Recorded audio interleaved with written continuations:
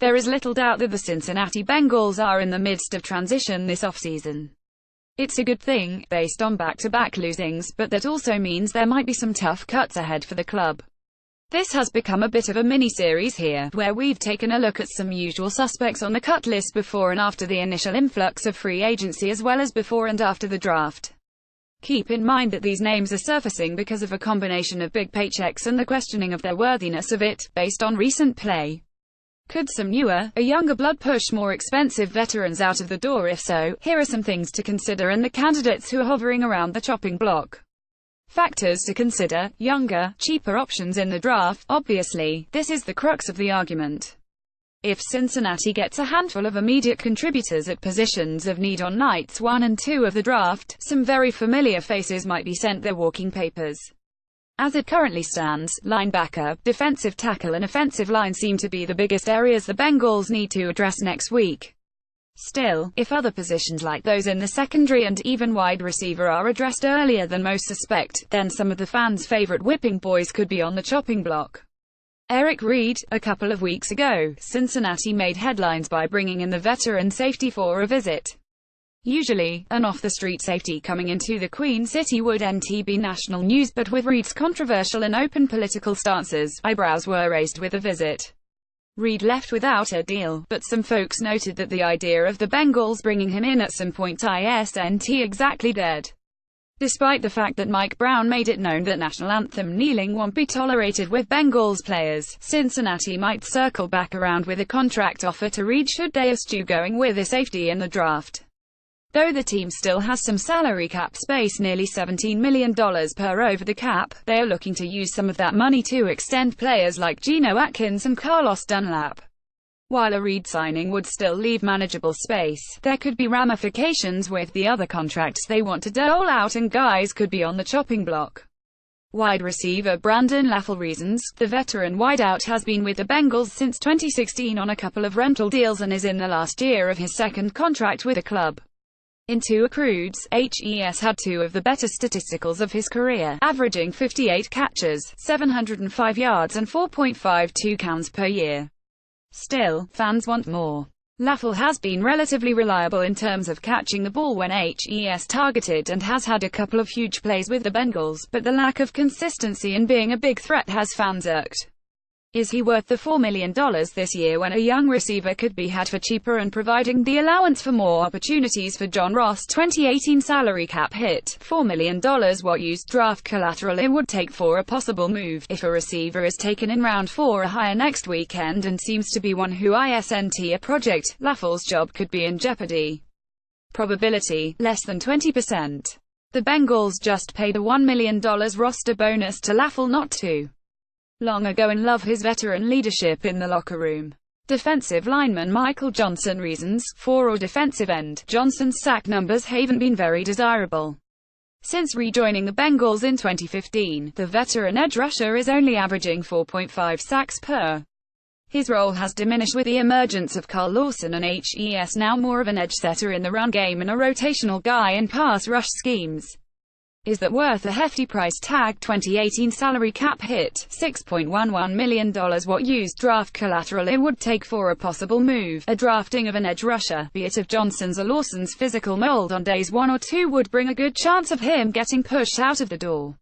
Still, some of the rookies who could be in play are a bit raw.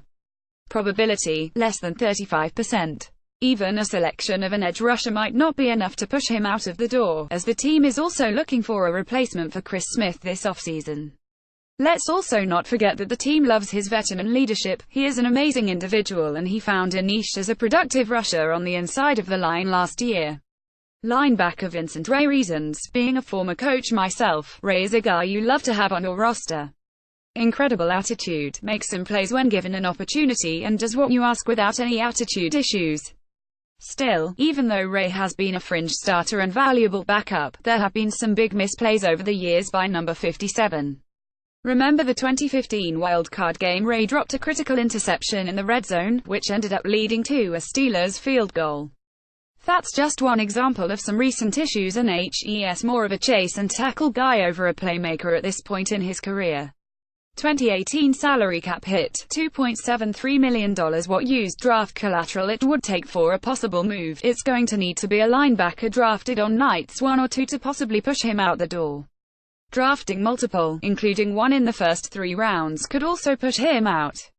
Probability, less than 30%. Ray is another guy the coaches love for his football acumen, his willingness to do anything asked of him, his special teams prowess and his versatility. Like Laffel and Johnson, he is also a valuable locker room guy who Marvin Lewis will likely lean on in a year of some transition. If the Bengals do take a linebacker in the first 3 rounds, that doesn't necessarily mean Ray will immediately be shown the door. If HES ushered out at all in that scenario, it won't be until week 5 when Vontaze Burfict returns from a suspension. Cornerback Dre Kirkpatrick. Reasons. Sometime late last, we learned of a dubious statistic attributed to Kirkpatrick. Since 2015, no defensive player has had as many penalties against them as number 27. Couple that with a 2017 where Kirkpatrick had just 1 interception and many are questioning his value relative to the contract he signed before last. Though HES the most battle-tested corner on the team, William Jackson seems to be prepared to become an upper-echelon NFL corner, while Darqueze Dennard seems to finally be hitting his stride. The Bengals already said goodbye to Adam Jones because of a lack of returns. See what I did there on his production and contract numbers. Could Dre be next? 2018 salary cap hit, $9.6 million.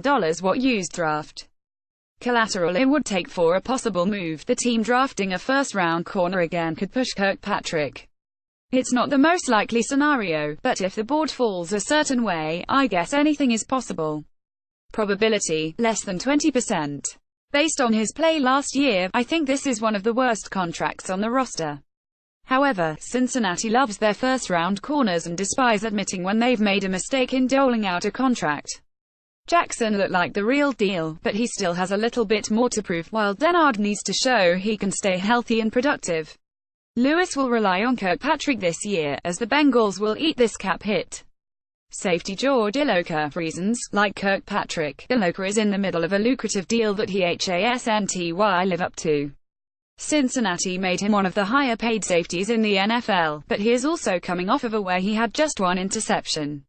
New defensive coordinator Terrell Austin apparently wants to use more 3 safety looks, hence the interest in Reed and Kurt Coleman before that, but he also wants more big plays and turnovers. If he doesn't think Iloka and Sean Williams are up to the task, they might move another direction.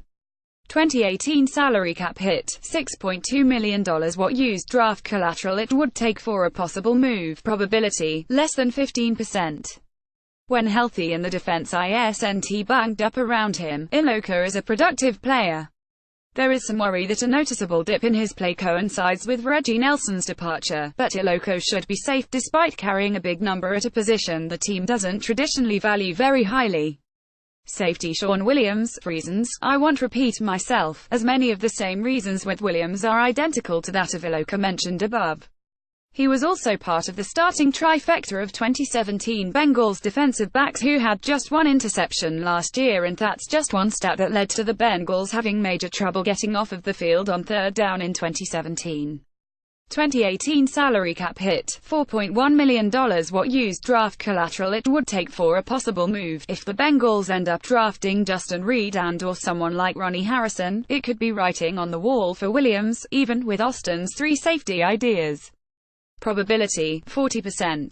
I think HES one of the more likely guys to get cut on this list, but I still don't necessarily see it happening. It's probable that Austin will give a lot of these guys this initial year to ease into his system, as he is also transitioning from the Lions himself.